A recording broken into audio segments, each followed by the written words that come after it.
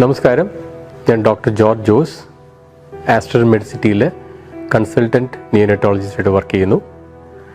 ഇന്ന് സംസാരിക്കാൻ പോകുന്ന വിഷയം പ്രീമച്യൂരിറ്റിയെ കുറിച്ചാണ്. പ്രീമച്യൂരിറ്റി എന്ന് പറയുന്നത് മാസം തികയാതെ ജനിക്കുന്ന കുഞ്ഞുങ്ങളെക്കുറിച്ചാണ്. അതായത് വ്യക്തമായിട്ട് പറഞ്ഞാൽ 37 ആഴ്ചയ്ക്ക് മുൻപ് വരുന്ന കുഞ്ഞുങ്ങളാണ്. അതിൽ ഇന്ത്യൻ ലോ അല്ലെങ്കിൽ വേൾഡ് ലോ പറയുന്നത് 24 ആഴ്ച മുതൽ 37 ആഴ്ച വരെയും അല്ലെങ്കിൽ 36 ആഴ്ച വരെയുള്ള ബേബീസിനെയാണ് നമ്മൾ പ്രീ ടേം ബേബീസ് എന്ന് പറയുന്നത്. അത് നമ്മളൊരു കഴിഞ്ഞ ഒരു 10-15 കൊല്ലത്തെ ഒരു ഡേറ്റ വെച്ച് നോക്കിയാൽ ഈ നമ്പേഴ്സ് കൂടി വരികയാണ് ചെയ്യുന്നത്.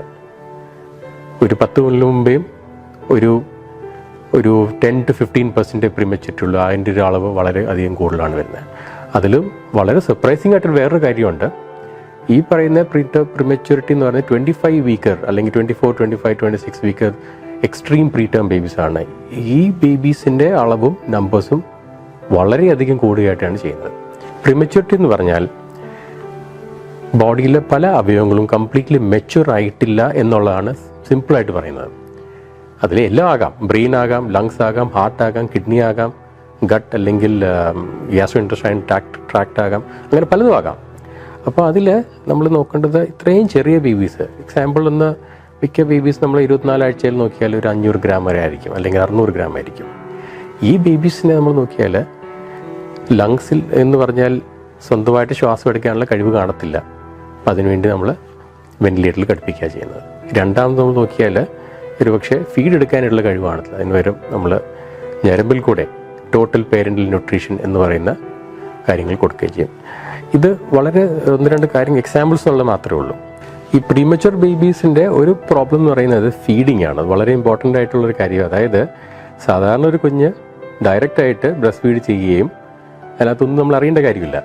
പക്ഷേങ്കിൽ പ്രീ ടേം ബേബീസിൻ്റെ പ്രോബ്ലം എന്ന് പറയുന്നത് ഒന്ന് ഈ ഫീഡിങ് ബുദ്ധിമുട്ടായിരിക്കും. അതായത് സക്കിൾ ചെയ്യാനും സ്വാലോ ചെയ്യാനുള്ള കഴിവ് കാണത്തില്ല ബേബീസിന്.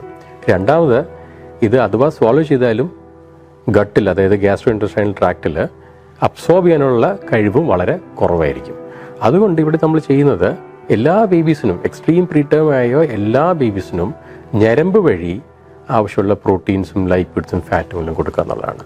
അപ്പോൾ ആ ഒരു രീതിയിൽ കൊടുത്താൽ മാത്രമേ ഉള്ളൂ വെയിറ്റ് നമ്മൾ ഉദ്ദേശിച്ച രീതിയിൽ, അല്ലെങ്കിൽ ഇൻ യൂട്രോ വെയിറ്റ് ഗെയിൻ എന്ന് പറയും, ആ ഒരു same rate of weight gain മുന്നോട്ട് വരുന്നത്.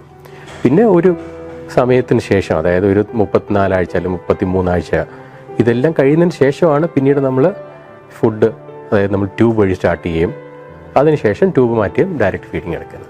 സോ ഇതൊക്കെയാണ് കോമൺ ആയിട്ട് വരുന്ന പ്രീ ടേം പ്രോബ്ലംസ്. പിന്നെ നമ്മൾ കാണാൻ സാധ്യതയുള്ള 1-2 കാര്യങ്ങളുണ്ട്.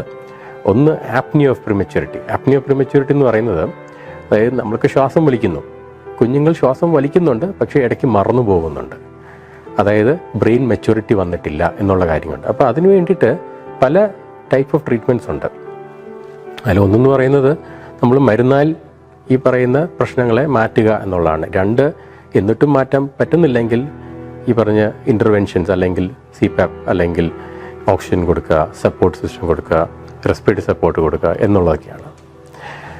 പിന്നുള്ളൊരു വലിയൊരു പ്രോബ്ലം വരുന്നത് വെച്ചാൽ ROP അല്ലെങ്കിൽ റെറ്റിനോപ്പതി ഓഫ് പ്രീമച്യൂരിറ്റി. അതായത് കണ്ണുകൾ കംപ്ലീറ്റ്ലി മെച്യൂരിറ്റി വരാതിരിക്കുന്ന സമയത്ത് ചില കുഞ്ഞുങ്ങളുടെ ഒരു വിഷൻ ചെറിയൊരു രീതിയിൽ ബുദ്ധിമുട്ട് വരാൻ സാധിക്കും. അതിനുവേണ്ടി നമ്മൾ ഒഫ്തൽമോളജിസ്റ്റ് അല്ലെങ്കിൽ റെറ്റിനൽ സ്പെഷ്യലിസ്റ്റിനെ വിളിച്ച് ഇടയ്ക്കിടയ്ക്ക് നമ്മൾ ചെക്ക് ചെയ്യേണ്ടത് വരും.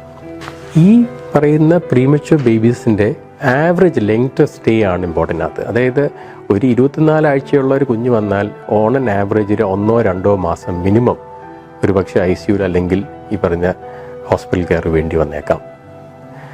പിന്നെ നമ്മളൊരു കാര്യം ചെയ്യുന്നത് വെച്ചാൽ എല്ലാ ബേബീസും നമ്മൾ ഇവിടുന്ന് ഡിസ്ചാർജ് ആയി പോയതിന് ശേഷം എല്ലാ ബേബീസിനെയും വളരെ ഇമ്പോർട്ടൻ്റ് ആയിട്ട് അവരെ ഫോളോ അപ്പ് കെയറിന് വിളിക്കും. അതായത് നമ്മൾ പറയുന്നത് സർവൈവൽ മാത്രമല്ല കാര്യം ഇരിക്കുന്നത്, മുന്നോട്ട് വരുമ്പോൾ ഈ കുഞ്ഞുങ്ങൾ എങ്ങനെയാണ് ഡെവലപ്മെൻ്റലി സ്ട്രോങ് ആകുന്നത്, അതായത് ബാക്കി കമ്മ്യൂണിറ്റിയിൽ എങ്ങനെയാണ് അടുത്തതിൻ്റെ കാര്യം, സ്കൂളിംഗ് ആകാം, ഇൻഫെക്ഷൻ്റെ കാര്യമാകാം, ഹെൽത്തിൻ്റെ കാര്യമാകാം, ഇവയിൽ എല്ലാം എങ്ങനെയാണ് കുഞ്ഞ് കോപ്പപ്പ് ചെയ്യുന്നത് വളരെ ഇമ്പോർട്ടൻ്റ് ആണ്. അപ്പോൾ ഈ കാര്യങ്ങളാണ് നമ്മൾ പ്രീമച്യൂരിറ്റിയിൽ പ്രത്യേകം എടുത്ത് പറയേണ്ടത്. പിന്നെ നമ്മൾ എല്ലാ കൊല്ലവും ഒരു വേൾഡ് പ്രീ ടേം ഡേ എന്നൊരു ദിവസമുണ്ട്. ഇതിൽ നവംബറിലാണിത്. നമ്മളെല്ലാ പ്രീ ടേം ബേബീസ്, അത് 1-2 കൊല്ലമായ ഫോളോ അപ്പ് കേസ് ആയ പ്രീ ടേം ബേബീസിനെ വിളിക്കുകയും അതിലൊരു ചെറിയ സെലിബ്രേഷനും കേക്ക് കട്ടിങ്ങും പല കാര്യങ്ങളൊക്കെ നടക്കും. ഇങ്ങനെയാണ് നമ്മൾ പ്രീ ടേം ഡേയ്സ് നമ്മൾ സെലിബ്രേറ്റ് ചെയ്യുന്നത്. ഈ പറഞ്ഞ പ്രിമച്യൂരിറ്റിയെക്കുറിച്ച് എന്തെങ്കിലും ഡൗട്ട്സ് ഉണ്ടെങ്കിൽ താഴെ പറഞ്ഞ കമൻറ്റ് ബോക്സിൽ ഒന്ന് കമൻറ്റ് ചെയ്യാം, അല്ലെങ്കിൽ ചോദ്യങ്ങൾ ചോദിക്കാം, അല്ലെങ്കിൽ ഹോസ്പിറ്റൽ നമ്പറിൽ വിളിച്ച് ഡയറക്റ്റായിട്ട് നമുക്ക് ചോദിക്കാവുന്നതാണ്.